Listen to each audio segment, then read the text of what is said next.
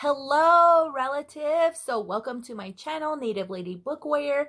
My name is Kim, and I will be discussing my very bookish thoughts, likes, and loves for Louise Erdrich's Future Home of the Living God. So book spoilers coming up. If you have not read this book, I suggest you check out my book review for this book. It is very unspoilery, but yeah, book spoilers coming up. So let's begin.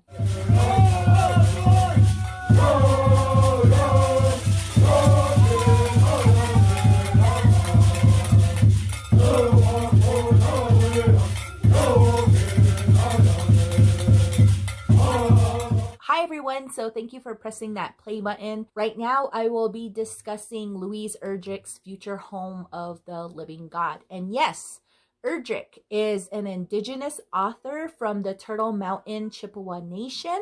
Very quick snap recap. This book is a literary Indigenous fiction, dystopian fiction that centers around an Indigenous character named Cedar Songmaker. Cedar is 4 months pregnant. She's an adoptee by a liberal white family, and she makes a trip to her Indigenous community to visit her birth mom to find out if she may have any health complications or if there's any history of health conditions that she needs to know about because of her pregnancy. After this trip, all hell breaks loose. During the setting of this book, and at this time, it is dangerous to be pregnant physically and also socially. Physically, because all life in this book is in stages of de-evolvement. And the birth is also said to be dangerous and having a high mortality rate for a person who is giving birth and the babies as well. And on top of those things, the government is imprisoning pregnant people to study them, to understand why life and humanity, it has taken a turn. So wow, where do I start with this book? So I guess I can start by saying it was good. And I guess I'll start with the world. The world Edrich creates is good. It's not this really huge, complex, dystopian world where we are peeling back the layers of what is happening behind the scenes, but it is a world that is being built behind the eyes and the mind of one character and what she's experiencing in an oppressive systemic shift towards people who can give birth or people who are pregnant. So I also appreciated the viewpoint that Edrich takes in this book and why there's not a lot of dystopian details or world building there, because Cedar herself is not in a position of power, or is she near anyone that has those privileges or has that knowledge. And so therefore the details that are given in this book obviously aren't very extensive. But one of the details I do appreciate about this dystopian world was the small intricate things like Mother, right? Mother was pretty scary. Like, to have this computer know who you are and call you out by name, it freaked me out, because when I was reading this book, I actually just got done watching Snowden. Have you guys seen Snowden? I don't know, but anyway, if you haven't seen it, I suggest you watch it. And it was good, and that small inclusion of technological advancement stressed me out, and it added to the thrill aspect of this book. And then what I loved about the world building is how Edrich, she shows us those dystopian details rather than tells us. Don't get me wrong, I am a person who loves to get lost in epic fantasy world building and dystopian world building, but instead in this book, instead of Edrich getting lost in a lot of dystopian info dumping, she does that world building through Cedar's experiences and through her character development, and I really enjoyed it. So like I said in my book review, that I kind of was wanting a lot of more dystopian details, but I don't think that's what Erdrich was trying to accomplish with this book. I feel like her voice was more focused on the character development with those very subtle messages in the background during this book. I have so many favorite parts in this book because the writing is just really good. But the ones that I enjoyed the most were where she is reconnecting to her culture, her family, and her community. The second is probably all of those details and the escape from the hospital. That was really, really awesome. And then finally, like the conclusion and the wrapping up of this book was just wow. And it seems I either like those intense thriller scenes or the heart-wrenching or heartbreaking ones. And I felt like Edrich did a really good job at balancing those two out. In terms of the characters, I have to very much thank my Indigenous reviewer chat group for their insight. I need to I need to buddy read more. And Cedar is probably up until now, one of the most complex Indigenous characters that I have read and that I also have enjoyed. At first, honestly, I was really frustrated with Cedar and her actions and her thought process and her thinking, but her character really gave me a new pair of lenses to my own biases, especially our Native people who have been removed from their community for whatever reason, for colonization, or our Native Indigenous community who are trying to reconnect. Because myself, I am a privileged Indigenous person, Tewahopi person. I live in my community. I have been raised by an Indigenous mom, and also I have the opportunity to learn my culture from so many different people, even other than my family. I live in the ancestral home of my people too, so I have all those opportunities to attend ceremonies and participate in my cultural obligations. So for me to have that privilege and also to be amongst people to help me pass it down onto my children is something that now I take a different look at because of this book. Also, in this book, it angered me to find out how Cedar was tokenized and stereotyped when she was growing up, and how even her adoptive parents never addressed it, and how they would even participate in those acts. And I was at times really livid, but what really infuriated me was Phil. I saw red. So let me read this part really quick. Okay, so I'm going to read this part about Phil. Like so many Minnesota boys, Phil was raised on dairy products, bearing the image of the Land O'Lakes Butter Maiden. She is the logo on the wax cardboard 1-pound butter box, a lovely, voluptuous native girl kneeling in a lakey landscape holding out a dish of butter. Like so many Minnesota boys, Phil folded her knees up to make breasts. He gazed at her 1/16th shadow of cleavage while eating his toast. She was a constant in his life. That night in the props room, dressed as Joseph, he confessed that after he met me, the butter maiden had started to haunt his dreams. She walked off the blue and yellow box in a short dress of fringe buckskin. He said she wore high-heeled leather moccasins. She looked like me. How flattering, I said, meaning the opposite. Instead of butter, she offered, in his dreams, whipped cream, sour cream, whole milk, and fresh mozzarella. That is not a Land O'Lakes product, I said to Phil. I know, but fresh mozzarella is one of my favorite foods. When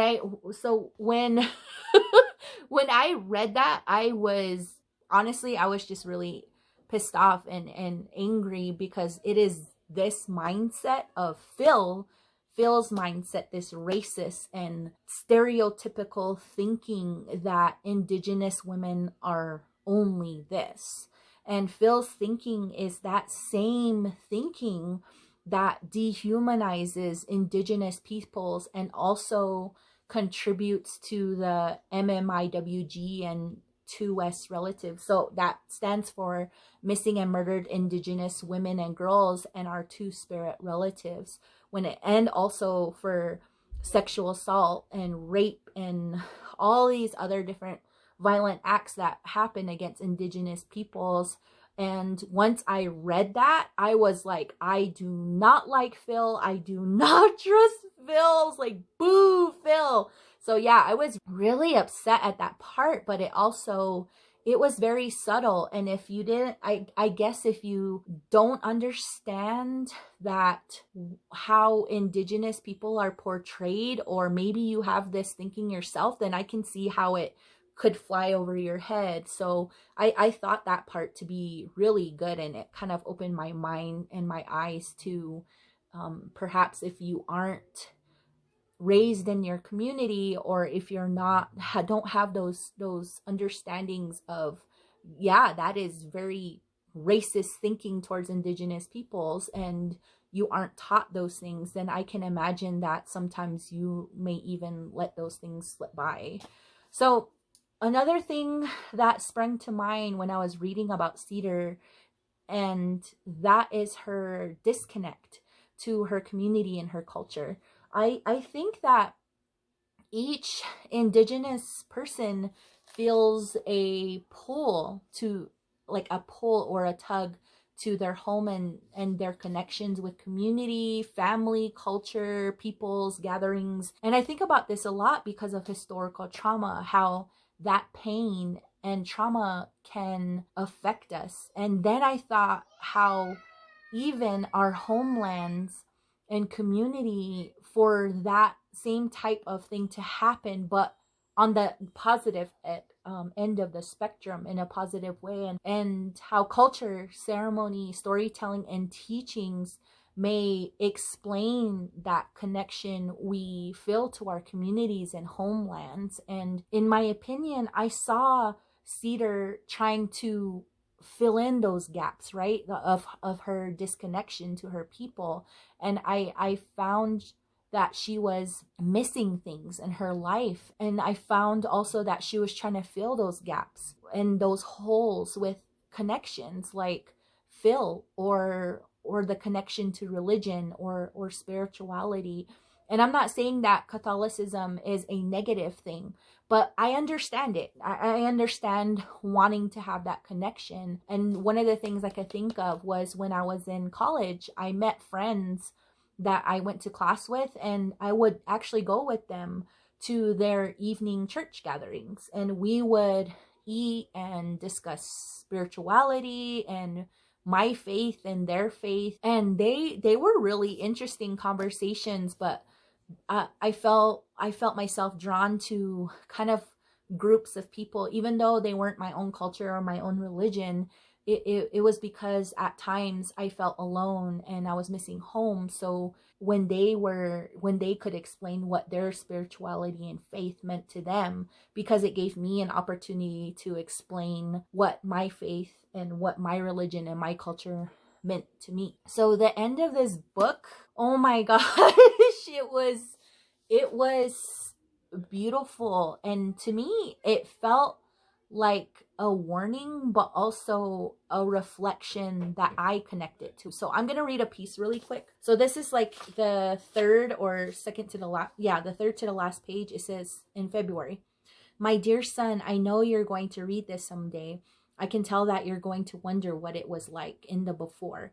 My parents would tell me things about the world, the way it was before, the way they knew it and loved it. And although they always said this, we didn't know it was heaven.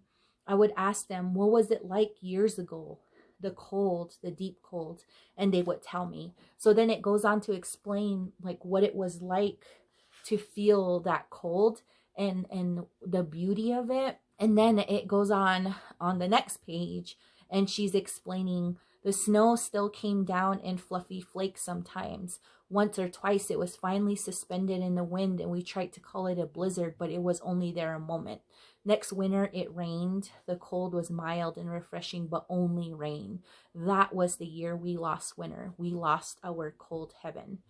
So then after that, she says, but I remember the snow came one last time. So she starts explaining like her last experience with snow, where they were at. So this is almost, this is like the last paragraph. In the street, each bird bath became a cake, and the lattice and the dried husks of summer flowers wore white frills.